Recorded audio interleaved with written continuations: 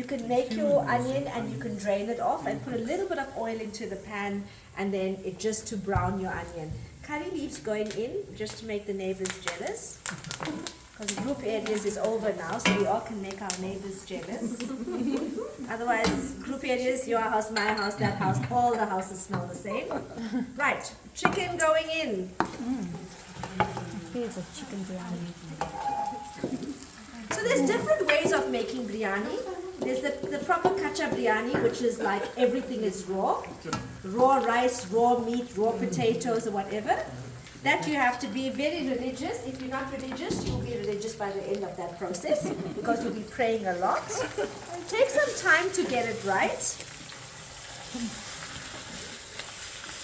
Right, so we're just stir frying now the chicken.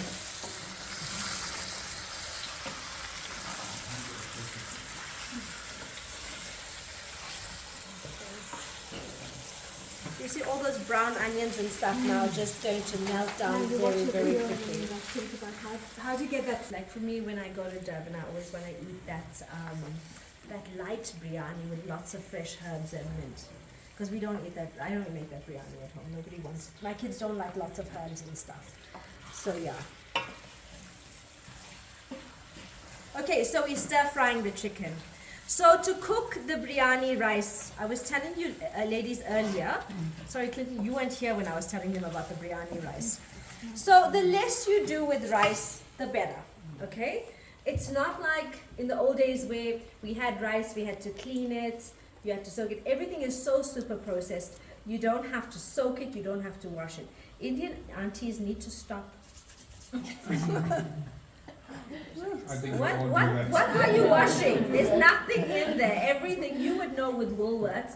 How strict they are. Literally, if there's a gap between your sleeve and your glove, they have a cuff that goes over it. There's stuff that goes over your beard. There's stuff that you are covered, like pretty much covered, right? So there's nothing now that's going to affect your meat. The Indian aunties really need to understand it's so controlled and it's so scientific and it's so well monitored, right? So we need to like pay attention to that, right? So stop washing rice. There's nothing in that rice. You're breaking the grains, you're damaging the grains. So how to cook rice for biryani, very important. You cook rice like you cook pasta. Big pot of salted water with oil. Do not ever make the mistake of saying, I'm cooking a little bit of rice, let me use a small pot. It needs a big pot, right? Because the smaller the pot, the more gluggy the water gets, the more starch that you have, the more creamy the rice, the water gets, and you'll see that sticking happening, right? So you cook your rice until about 95% cooked, right? You put it into a strainer, you pour cold water over it, so you stop the cooking process, right? Let it cool to room temperature and then you refrigerate your rice. The starch needs to set. If you put hot rice into biryani, the whole thing's going to stick. By the time you steam it, everything is just clumping together. Okay, so no hot rice. Cold rice. When a person touches food, it's a chemistry. And you know this. I mean, we've been doing what we have stayed in our businesses. Think about all your friends, family members. How many times have they changed businesses in the last 10 years or 12 years? You've been around for that period of time, I'm sure longer. 10, yeah. I remember 2015. Good. If you think about, like, food is chemistry. If you don't have a massive love for it, don't do it. Now, big mistake, guys, you make at home is you tell people, come home, I'm making chicken biryani. Guys, no declarations. Because if that rice is sticky, you can just make chicken curry and rice, right? Don't think the sticky rice is going to get into the pot and magically it's going to fix itself. It's not going to fix itself. It doesn't get better, it just gets worse. There are no miracles, it's a science, I can tell you now. Stop. So don't tell people like, I've come over, I'm making biryani. Just say, come over, I'm cooking, Don't sigh as Indians, why do we always have to declare the nature? Right, so what you're going to do here is now switch off the heat and give it a scrape and then put the tomatoes in, A right? good stick is when you're not, because I saw it was very easy to get the stick out. You will always have the advantage if you can innovate and if you can work hard. If you look at people now, they don't want to work hard. There's no work hard anymore. So if you can work hard and you can innovate, there will always be room for you, and that's the edge. Color is phenomenal. I'm going to put the salt in now. Remember, I didn't have to salt the onions because I didn't have to brown them. So salt going in. Remember, you're salting for rice, lentils, potatoes, chicken.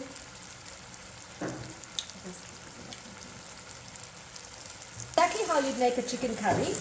All right? I mean, I've marinated it or spiced it, so you can do that.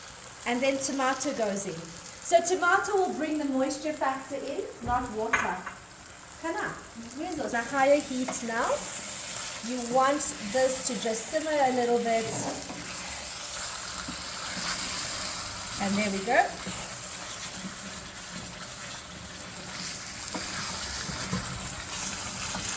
Right, so you can see that is your base.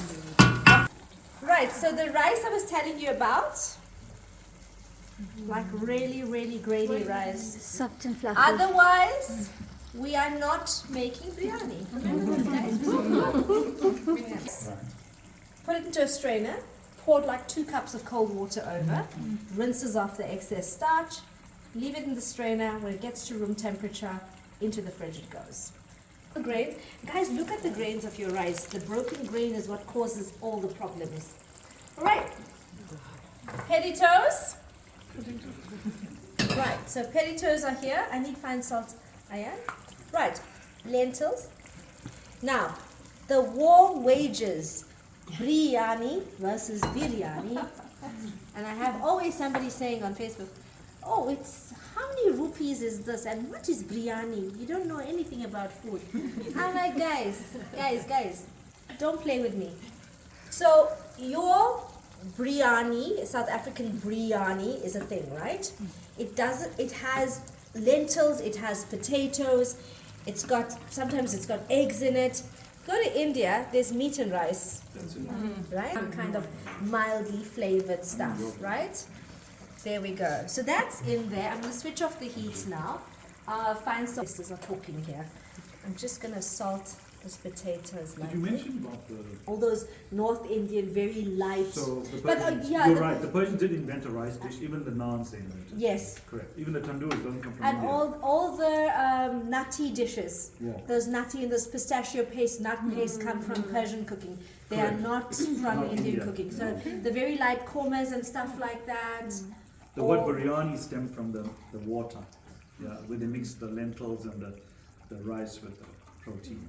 That's amazing. Yeah, it's quite an interesting There story. is a book I have on the history History of of India. biryani. Yeah, I've there's seen all something these really cool. books that I have that I hardly ever have a chance to read. Ingredient is Love. beautiful. Yeah, the hand. Food that's made with love. You can taste the difference. It's a huge difference. It's just There's about so having much the patience. energy. There's so much energy that goes into cooking. It's a transference. That you are going on top here as well, right? And this is going to give your rice some lovely flavor, right? Okay, brown onion. People don't do that. So brown onions going on top of your rice. This is going to give you that lovely, like sticky kind of brown onion flavor. Lentils going again on top. So in Durban they don't do that as well. They put the lentils. Rice went out of fashion in the 70s, people. Stop making yellow rice. So egg yellow, Robertson's egg yellow. Guys, I like South African product. I don't like this. If you have kasuri methi, you use that. Dried fenugreek going on top, just as to make the aroma. And I put the green stuff, like the if you want to put mint in it, at the end when you are serving it, you can just toss it with a bit of mint, right? So what I do is I'll scoop up all the rice, put it on one side, put all the chicken on the one side. So that is because some Indians are diggers. Chicken, lentils, potatoes, rice. Oh, the butter. Little scoops going on top. I am not frightened for the butter. I don't. Is that that's like a weapon, right? Here's something. Going in here, and then I'm just gonna re-foil this. So you got a nice heavy layer of foil.